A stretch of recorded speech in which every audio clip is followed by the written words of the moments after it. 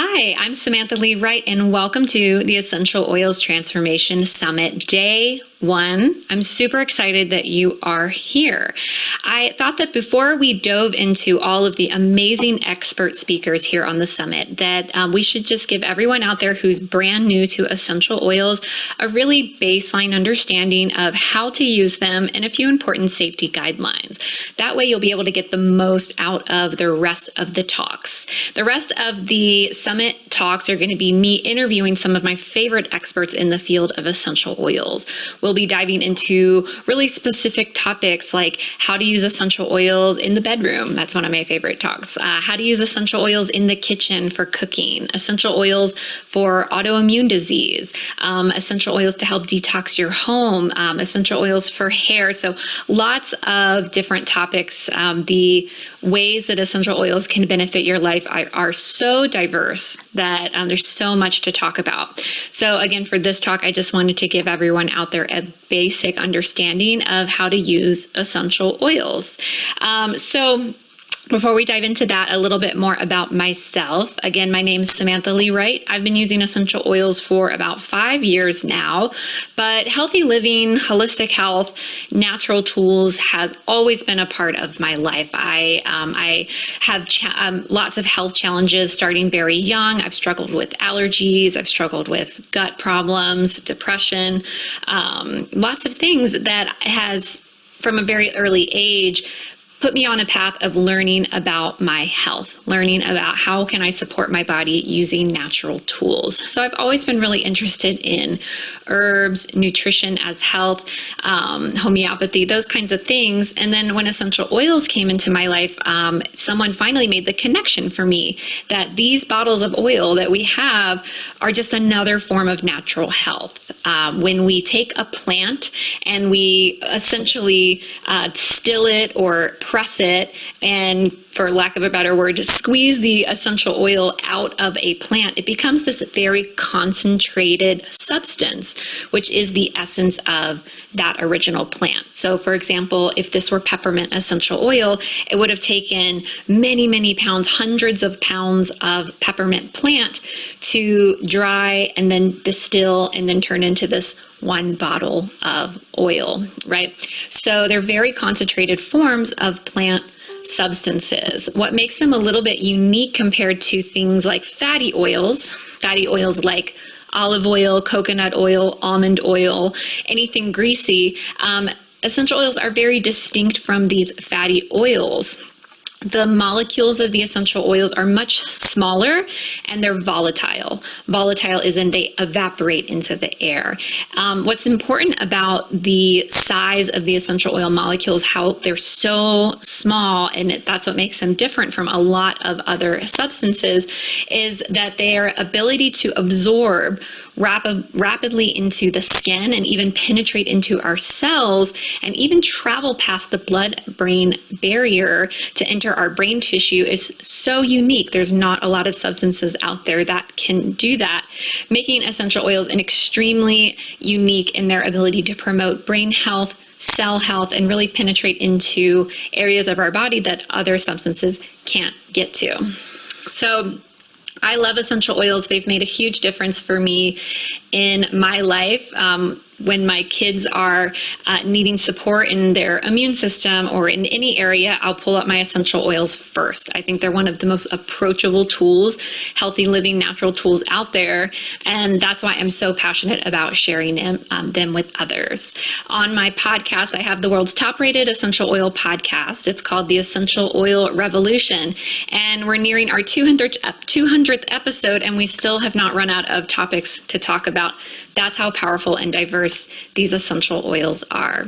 So let's get started and let's dive into how to use them so that you have a basic understanding before diving into the rest of the summit talks. So there are 3 basic ways that we teach how to use essential oils. The first is through inhalation, meaning you can either open up a bottle of essential oil and smell it right from the bottle. that's inhalation. Anything that goes through your olfactory system, which is connected directly to the limbic system of your brain, is inhalation. Of course, when you also inhale an oil, it's going to go into your respiratory system as well, which is connected to your bloodstream. So inhaling essential oils is an extremely effective way to get these molecules into your body.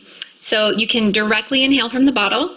You can put a few drops, 1 or 2 or more, into your hand, rub together, and cupping. Just cup over your nose and your mouth and I like to take 10 deep breaths in through the nose and out. Another way you can use essential oils is with a diffuser. And you might have seen these in like your health food store or something. A basic diffuser might look like this. This is a ultrasonic diffuser that has an inside where you put water, you pour water in first, and then you can just drop a few drops of essential oil. Depending on how strong your essential oil is, you might want to just do 1 drop, especially if you're new to essential oils, or if it's maybe a milder oil like lemon or a citrus, you could use maybe 8, 9 drops, just depending on how strong you want it. So pouring in the water, putting the lid on, plugging it in, and turning it on. So this is a diffuser. This uses water, like I said. There are some diffusers out there that use no water. I've got one behind me here that's called a nebulizer diffuser, where you just put the essential oils in with no water. So if you live in a really humid environment and you don't want to add any moisture to your air, even though the moisture added is pretty insignificant for the water diffusers, but some people are concerned with that, you can use a nebulizer diffuser instead. So that is inhalation. Very easy, very straightforward. The second way to use essential oils is topically. So for topical use, typically what you want to do for most essential oils, and for most people, especially if you're new, is to mix your essential oil with some sort of carrier oil. So this is just a blend of different carrier oils. Sometimes I'll use sweet almond oil. Sometimes I'll take just a glob of coconut oil, and whatever base I'm using, this is usually how I do it. I just keep it really, really simple. I like to put a little bit in the palm of my hand. So these squirt bottles can be really helpful for that when they're opened. So get a little bit of oil out. This is maybe about 1/4 teaspoon. I don't dilute my oils a lot because my system's very used to essential oils. If you are brand new, or if you're using essential oils on a small child or something like that, you could dilute much heavier than that. I just added 2 drops of essential oil here, mix a little bit in my hand. Now I'm able to apply that essential oil wherever you want to. So maybe if you're doing digestive support, you could rub it on your tummy. If you just enjoy the smell and want it as a perfume, put it on your neck, or maybe a muscle rub, put it on your neck. If you're not sure where to put it, just put it on the bottom of your feet. I'm just gonna rub it in my leg right now because I'm doing a video. So wherever you're using your essential oils, you can dilute in the palm of your hand, or maybe you could pre-dilute it. Maybe if you have a dropper bottle like this, or just any sort of container, mix your carrier oil with your essential oil, mix it up, and then you'll have that batch ready to go. Later in the summit, we're gonna have a whole discussion about dilution, so I won't go into that area anymore. Some people choose to use essential oils neat or undiluted. This is a personal choice. Some essential oils, such as lavender, frankincense, tea tree, are pretty gentle and mild, and in most situations can be applied directly to the skin without the use of a carrier oil. If you have a sensitive skin type, or if you're using oils in sensitive areas, or applying to a small child, then you'll always want to dilute. And then some people choose to always dilute, whether that be with a gentle oil or not. So that's a personal choice, up to you.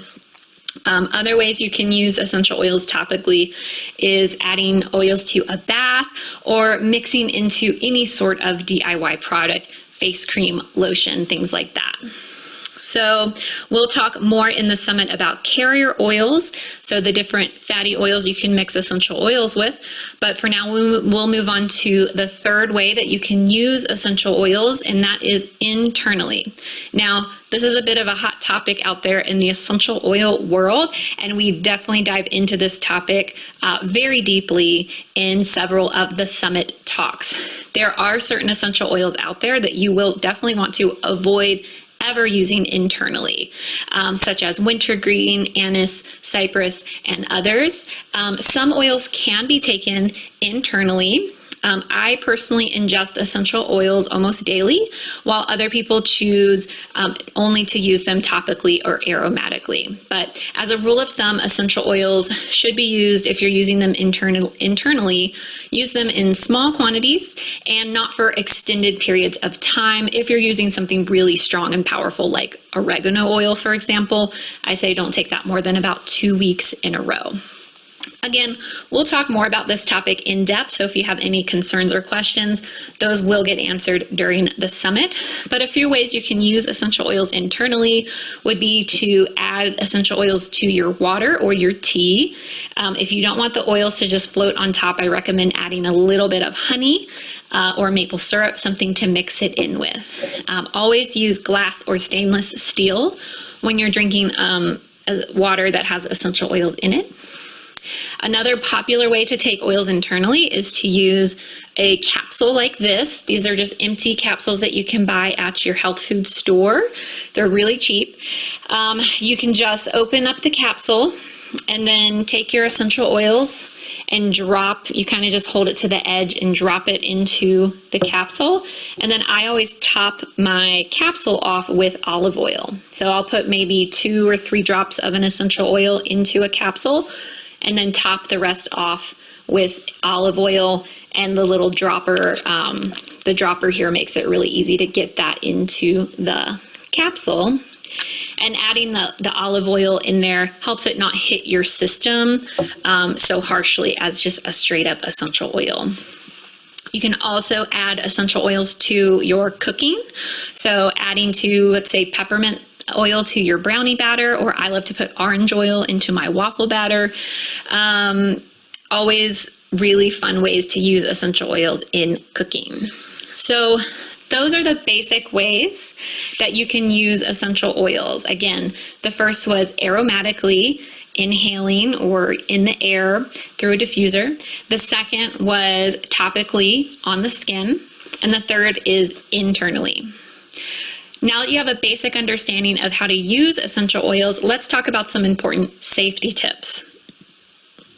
So overall, essential oils are extremely safe and effective, approachable tools that anyone can use to improve their health and happiness. With just a simple basic understanding of the following safety guidelines, anyone can feel confident in their ability to use essential oils for personal wellness, I promise. So safety guideline number 1, start slow. If you're brand new to essential oils, don't get your oil in and add 10 drops to your water and, twice a day, or diffuse 20 drops of oil in your diffuser the first time. I recommend starting with just 1 drop, however you use your essential oil, to help your body get acclimated to those molecules. Essential oils can have very detoxifying reactions in your body, and they can tend to be almost like a purge when you're brand new to essential oils. So some people report when they're first using essential oils, they may have a slight headache or some tummy issues or maybe a rash or things like that. That's usually a sign that you're using too much too fast. So be sure to drink plenty of water when you're first starting out and work up your body, help your body get acclimated as you go. When using oils internally, just always be sure to check your bottle label. So whatever essential oil bottle you have, just check and see if it says anything about being able to use it internally. Another safety tip is, if in doubt, always dilute. So yes, some essential oils can be used undiluted on the skin, but just as a rule of thumb, diluting is always the safest route. If you ever do put an essential oil on undiluted and you end up having a burning sensation, take some coconut oil or any fatty based oil and rub it on top of that area to help diffuse that. Another really important safety guideline is that essential oil quality matters a lot. This summit, we are not talking about any particular essential oil brands. I have my brand of choice. A lot of the speakers out there have their brand of choice. That's not what I wanted this summit to be about. I wanted this summit to be a brand neutral space for people to just come and learn about essential oils for the sake of essential oils. So we will not be talking about brands. You'll have to do your own research there. I will just say that quality matters a lot when it comes to essential oil safety. There is a lot of adulteration happening in the essential oil world. In fact, the vast majority of essential oils on the market today are adulterated in some form. They may have been partially or completely manufactured out of synthetic materials in a laboratory or mixed with some undisclosed ingredients that can be really dangerous. So there's very little oversight. There's a very big lack of oversight in the industry when it comes to regulation. So there is an abundance of dishonest marketing happening as well. So even if an essential oil bottle is labeled as pure, therapeutic grade, all natural, or even organic, this does not always mean what it implies. So please be careful and be safe. All right. Another safety guideline to keep in mind is if you have cats or small children or pets, do a little bit of extra research. We're going to be talking about some of these topics in depth during the summit. I don't want to scare you and make you think that if you have cats or small children or dogs, you can't use essential oils. Definitely not true, but you do want to do a little bit of extra research and be aware of some of the controversies out there around that topic. Quality matters a lot when it comes to this issue as well. Another safety tip, some essential oils, mostly the citrus oils, are photosynthetic, meaning if I were to put lemon oil right on my hand here and then go sun tanning, I would have a huge tan or red spot here afterward. So for essential oils like lemon, orange, lime, grapefruit, bergamot, tangerine. Also, there's some photosynthetic properties in cumin essential oil. So for these oils, be careful not to put them on your skin and then go expose that area to sunlight. If you're taking any medications, taking pharmaceuticals, you definitely will want to check with your doctor or check with someone who has researched this area a lot about any possible cross reactions or unintended effects of the essential oils. These effects are highly possible because essential oils are very powerful and they do a lot into our body that we're just barely scratching the surface of understanding. Some essential oils could enhance a medication or support a certain disease. This could be a good thing, but also if you're not aware of this or if there's some sort of cross interaction with like an anticoagulant that you're taking or something like that, that could be very dangerous. So if you have a medical condition or are taking any medications, definitely want to get approval from a reputable source first before using essential oils. If you are pregnant, sort of the same advice here. There are certain essential oils that are a little more controversial to use during pregnancy. This is a topic we go into in the summit as well, so I won't go into more detail here. And then lastly, just a few other safety tips to be aware of. Never put essential oils in your ear canal.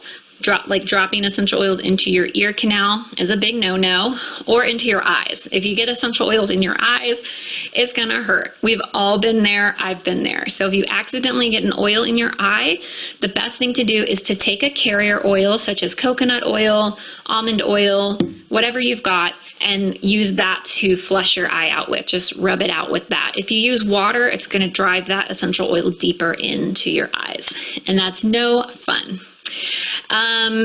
If you have essential oils around small children, just make sure that you don't leave them unattended. We don't want our little ones to be playing with these unattended, accidentally consuming a bunch of essential oil. And then store your essential oils away from heat, cold, or overexposure to sunlight. So those are my big safety tips when it comes to essential oils. And you've just learned the 3 basic ways to use essential oils. And look, we learned that all in under 20 minutes. You now have a great understanding of how to use essential oils to improve your life. From here, it's just a matter of researching specific topics that you're interested in learning about and not being afraid to experiment a bit. I think essential oils are one of the most fun tools that we can use to improve our life. So go play with some oils. If you enjoy the smell, use it. Put it in your diffuser, mix it into a perfume, put it in a spray bottle, and have fun. I'll see you on the summit where we'll dive into so many more amazing topics. Again, I'm Samantha Lee Wright, and thank you so much for being here with us on the Essential Oils Transformation Summit.